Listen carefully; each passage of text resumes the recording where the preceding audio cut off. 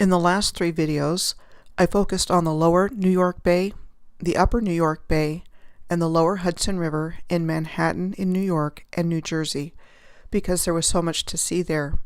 My name is Michelle Gibson. I am picking up the alignment in this video in Waterbury, the second largest city in Connecticut, and it is nicknamed the Brass City. It is located on the Naugatuck River, which is 40 miles or 64 kilometers long in Connecticut. This is the Union Station clock tower in Waterbury on the top left, compared with the clock tower of the Palazzo Vecchio in the Piazza della Signoria in Florence in Italy in the top middle, and on the top right is this clock tower in Menominee, Wisconsin, with the great mosque of El Obeid in the country of Sudan on the bottom. Waterbury was the location of Holy Land USA, a theme park inspired by passages from the Bible. It was opened in 1955 and closed by 1985. It is described as being in an advanced state of disrepair and reminds me a lot of Cappadocia in appearance on the bottom comparison, an ancient region in central Anatolia of Turkey. This is the outside of the Basilica of the Immaculate Conception, with its classical-looking Renaissance Revival architectural style. This is the inside of the basilica on the left, said to have been built between 1924 and 1928, and on the right is the Basilica of St. Mary Major in Rome, that it is said to be based on, with the present basilica in Rome said to date back to the 5th century AD, and ongoing work on it until the 1400s and 1500s during the Italian Renaissance. So let me get this straight. Italian Renaissance-style architecture was being built in the 1920s in America? Really? This is a section of the Waterbury Hospital on the left, compared with the interior of the Mezquita in Cordoba, Spain. It is called a notable piece of Moorish architecture and was named a UNESCO World Heritage Site in 1984. The next place on the alignment is Hartford, the capital and the fourth largest city of the state of Connecticut. Its nickname is the insurance capital of the world. It sits on the Connecticut River with its masonry banks,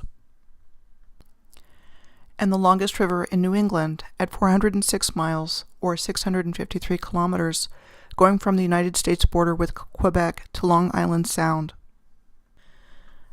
This is an aerial view of the Connecticut River, the border between Vermont on the left and New Hampshire on the right. Quite a geometric-looking zigzag going on here with the river. I have seen countless examples illustrating that man-made canals are being called rivers and natural to cover up the advanced ancient civilization. Hartford has an underground river named the Park River. It was said to have been built by the U.S. Army Corps of Engineers in the early 1940s as a way to control flooding. It is called the Park River Conduit System. This historic engineering project was said to have been completed in 1943. This overlaps with the United States' involvement in World War II, which started in December of 1941. Big public works project like this in wartime? Bushnell Park is the oldest publicly funded park in the United States, having been around since 1854. The Bushnell Park Arch was said to have been designed by Hartford architect George Keller to honor Hartford citizens who had served in the Civil War. It is called the Soldiers and Sailors Memorial Arch, with the beautiful bridge nearby. This is the stag statue in Bushnell Park, symbol of Hartford and insurance that I remember somewhere in the deep recesses of my brain from TV commercials in the early 1970s. This was Hoadley Bridge in Bushnell Park on the top left. When the Park River was created, it is said to have become a pedestrian entrance to the park. It apparently no longer exists in its historical form. It is reminiscent of the Burnside Bridge at Antietam in Maryland on the top right, the site of a Civil War battle. This old bridge near Loch Slagachin on the Isle of Skye on the bottom left, and this old bridge in Ethiopia, northwest of Addis Ababa, near the monastery of Debre Libanos on the bottom right. I am including this picture of the monastery showing the proportional and geometric symmetry between the building in the background and the arch in the foreground, like what I highlighted in the last video in New York City. And the same effect is seen in Hartford through the Bushnell Park Memorial Arch on the top, and at this mosque in Grozny, Chechnya on the bottom. The same effect is found worldwide and is not a random occurrence. The Connecticut Capitol building is located near Bushnell Park. It was said to have been built between 1872 and 1878. So within 7 to 12 years of the end of the American Civil War in 1865, the capability to build this existed. The Wadsworth Athenaeum is in the vicinity of Bushnell Park and the State Capitol building. It is the oldest continually operating public art museum in the United States since its opening in 1844. This is the Church of the Good Shepherd in Hartford on the left. It is connected to the firearm manufacturing Colt family, as it is said to have been commissioned in 1866 by the widow of Sam Holt after his death in 1862, as a memorial to him and 4 of their children who had died. It was completed in 1869. The Civil War again ended in 1865. For comparison, this is the Cathedral of St. Stephen in Vienna, Austria, on the right. This was the Colt Armory, circa 1857. And the Colt Armory today. Wow, that's one heck of a colonnaded onion dome, and is quite similar in appearance to this one at the Penha National Palace in central Portugal. Next, the alignment enters the state of Rhode Island.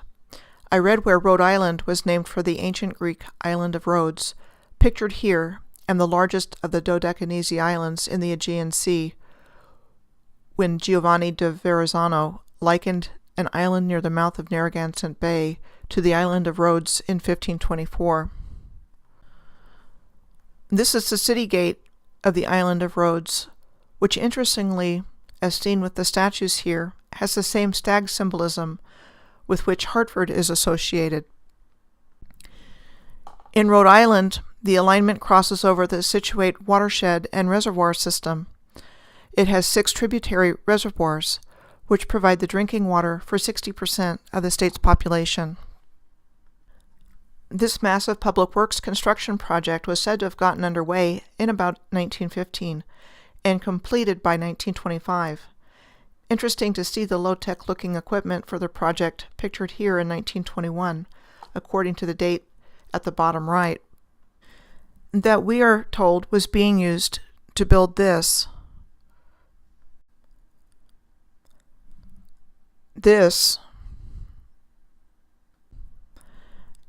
and this.